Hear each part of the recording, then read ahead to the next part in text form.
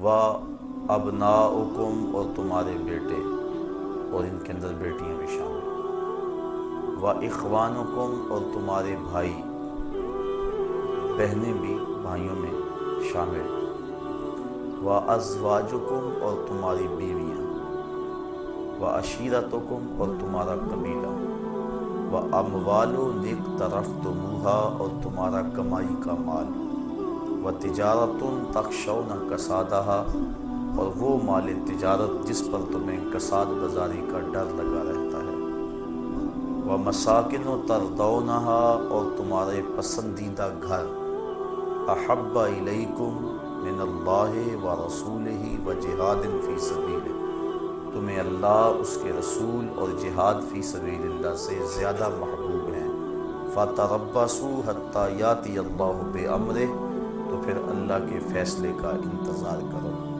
واللہ لا یہدی القوم الفاسقین، اور اللہ فاسق قوم کو ہدایت نہیں دیتا۔ وہ 8 چیزیں جن سے انسان کا گہرا تعلق ہے اور فطری طور پہ جن چیزوں سے محبت کرتا ہے، وہ اس آیت کریمہ میں گنوا دی گئی۔ تمہارے ماں باپ، تمہارے بیٹے بیٹیاں، تمہارے بہن بھائی، تمہاری بیوی، تمہارا قبیلہ، تمہارے مال، تمہاری تجارت اور تمہارے پسندیدہ بنگلے، یہ 8 چیزیں گنوا کر کہا کہ یہ تمہیں اگر اللہ جل شانہ، اس کے رسول کریم صلی اللہ علیہ وسلم اور جہاد فی سبیل اللہ سے زیادہ محبوب ہے تو پھر اللہ کے عذاب کا انتظار کرو۔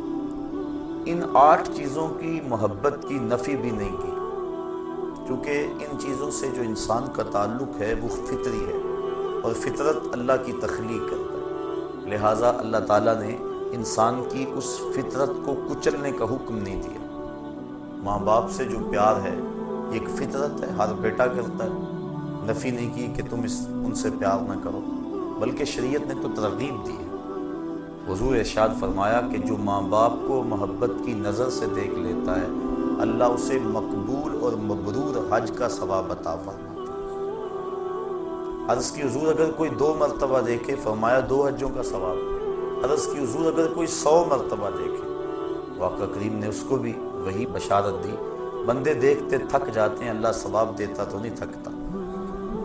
تو والدین کے چہرے کو محبت کی نظر سے دیکھنا یہ مبرور حج کا ثواب ہوتا ہے، اور انسان کو اس پہ اجر دیا گیا ہے۔ والدین کی خدمت کو ترجیحی بنیادوں پہ بیان فرمایا گیا۔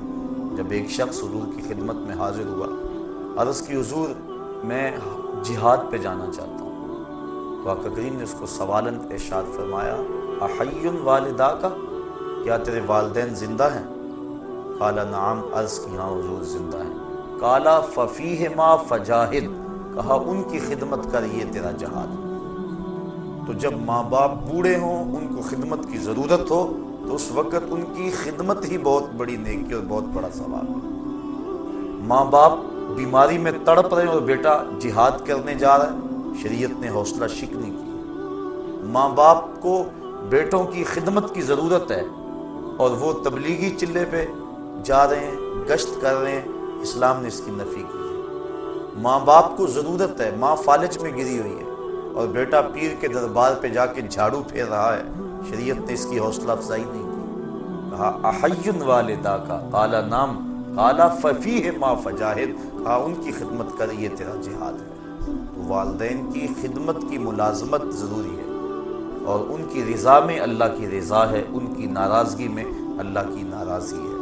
یعنی اگر انسان والدین کو راضی رکھتا ہے تو اللہ کی رضا کا سبب ہے، اور ان کی ناراضگی اللہ جل شانہ کی ناراضگی کا سبب ہے، اس لیے ان کو راضی رکھنے کا حکم دیا گیا اور تاکید فرمائی گئی۔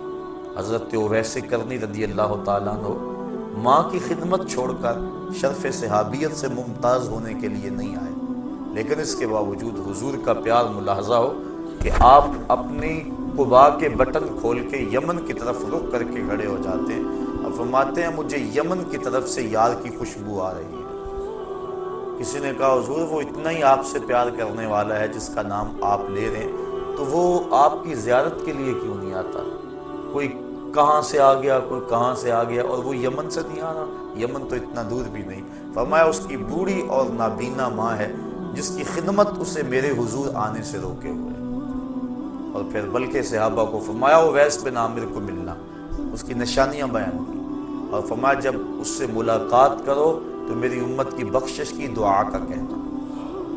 یعنی دوسروں کے لیے اس بات کو عملی طور پہ سامنے رکھا کہ جو ماں کی خدمت کرتا ہے اس کی دعائیں قبول ہوتی۔ اور پھر جب حضرت عمر فاروق اور حضرت علی المرتضیٰ حاضر ہوئے رضی اللہ تعالیٰ عنہما اور حضور کا سلام بھی پیش کیا تو ویسے کرنی تڑپ اٹھے اور بار بار کہتے تھے بتاؤ حضور کے لبوں پہ میرا نام کیسے آیا تھا، کیسے لب کھلے تھے اور کیسے اویس کا لفظ لبوں پہ آیا تھا۔ تو کہا اتنا جو تجھے پیار ہے تو پھر حضور کو ملنے کیوں نہیں آیا، حضور کی زیارت کے لیے کیوں نہیں آیا؟ کہا تم نے میرے رسول کی زیارت کی ہے؟ کہا ہاں ہم تو شام سویرے وہاں رہتے تھے۔ کہا پھر بتاؤ حضور کے جو ابرو تھے یہ جڑے ہوئے تھے یا کھلے ہوئے تھے؟ اب یہ حیرت میں ڈوب گئے۔ فرمایا مجھے پوچھو جو زیارت کے لیے نہیں گیا، کوئی دور سے دیکھتا اسے جڑے ہوئے نظر آتے اور قریب آ کے دیکھتا تو کھلے ہوئے نظر آتے۔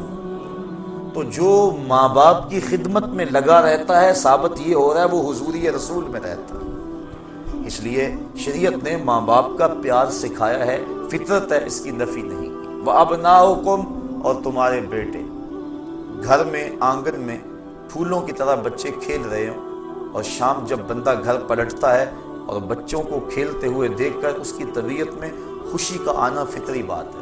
اولاد سے پیار یہ اللہ تعالیٰ نے ماں باپ کے سینے میں رکھ دیا۔ ماں کے سینے میں وہ تڑپتی ہوئی ممتا اور محبتوں کے امٹتے ہوئے وہ جذبات رکھے کہ دنیا پر اس قدر محبت اور پیار جتنا ماں کو اولاد کے ساتھ ہے اتنا کسی کو نہیں دیا گیا۔ تو یہ فطرت ہے اور اسلام فطرت کے خلاف جنگ نہیں کرتا، تو نفی نہیں کی گئی اس کی، بلکہ آقا کریم نے حضرت امام حسن رضی اللہ تعالی عنہ کا منہ چوما۔ ایک عربی کھڑا تھا، اس نے اس منظر کو دیکھا تو عرض کی حضور اپنی اولاد کا اس طرح آپ منہ بھی چوم لیتے ہیں؟